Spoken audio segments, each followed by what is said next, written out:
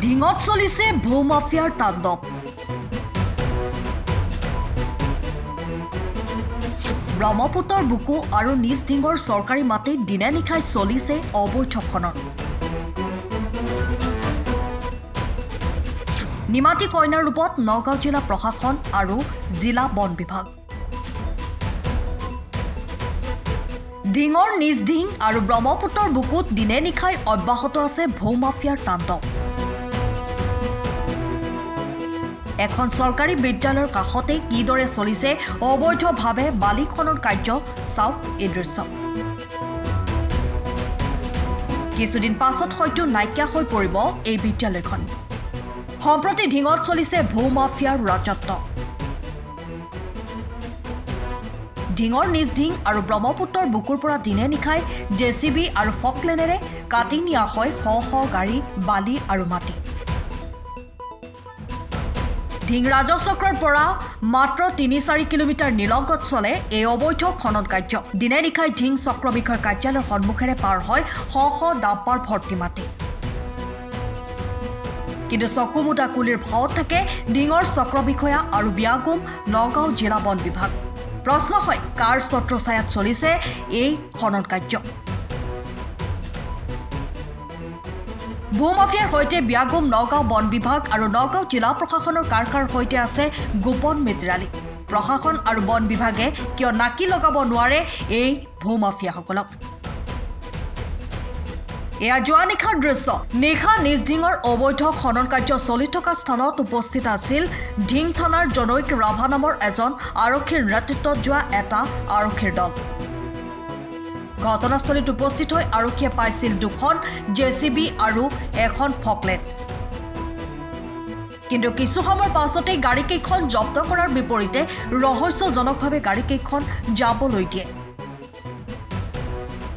এই অবৈধ খনন সন্দৰ্ভত ঢিঙৰ ৰাইজে বাৰম্বাৰ অভিযোগ কৰা স্বত্তেও বন বিভাগ আৰু নগাঁও জিলা প্ৰশাসনে কোনো ব্যৱস্থা গ্ৰহণ নকৰাৰ গুৰুতৰ অভিযোগ উত্থাপিত হৈছে।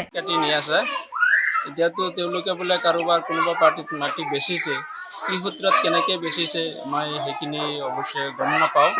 কিন্তু অৱশ্যে সেইখিনি মাটি বেচা কিনা নকৰাকৈ যদি এই বন্ধ থকা হ'লে আমাৰ স্কুলখনৰ ভৱিষ্যতৰ কাৰণে ভাল হ'লে বুলি মই ভাবোঁ। ইতিমধ্যে দেখা গৈছে যে আপোনাৰ যিখন স্কুল আছে, সেই স্কুলৰ আপোনাৰ ৱালৰ কাষৰ পৰা তেওঁলোকে ভাবুকি আহিছে। এনেকুৱা এটা ভৱিষ্যত মানে স্কুলখন ধ্বংস হোৱাৰ এটা সম্ভাৱনা থকা দেখা গৈছে। আপুনি বিভাগীয় কৰ্তৃপক্ষক এই বিষয়ে জনাইছেনে, অৱগত কৰাইছেনে?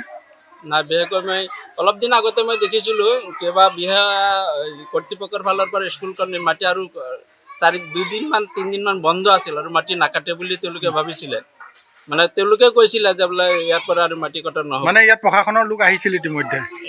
2 দিন মাটি বন্ধ আছিল, তেওঁলোকে কৈছে প্ৰশাসনৰ মানুহে এইটো বন্ধ কৰিছে বুলি।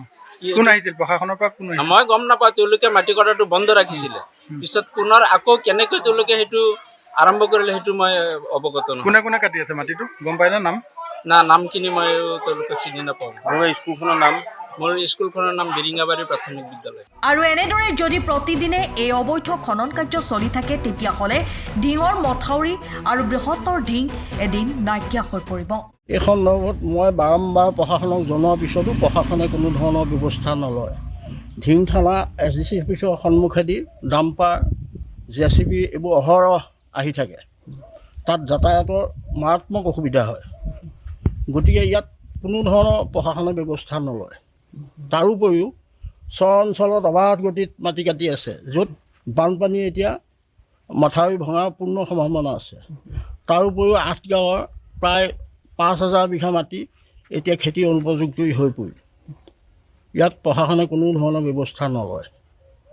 ইয়াৰ উপৰিও এলটেড মাটি, চৰকাৰী মাটিটো বাদেই, সেইবিলাক হাঁহি হাঁহি কাটি থাকে।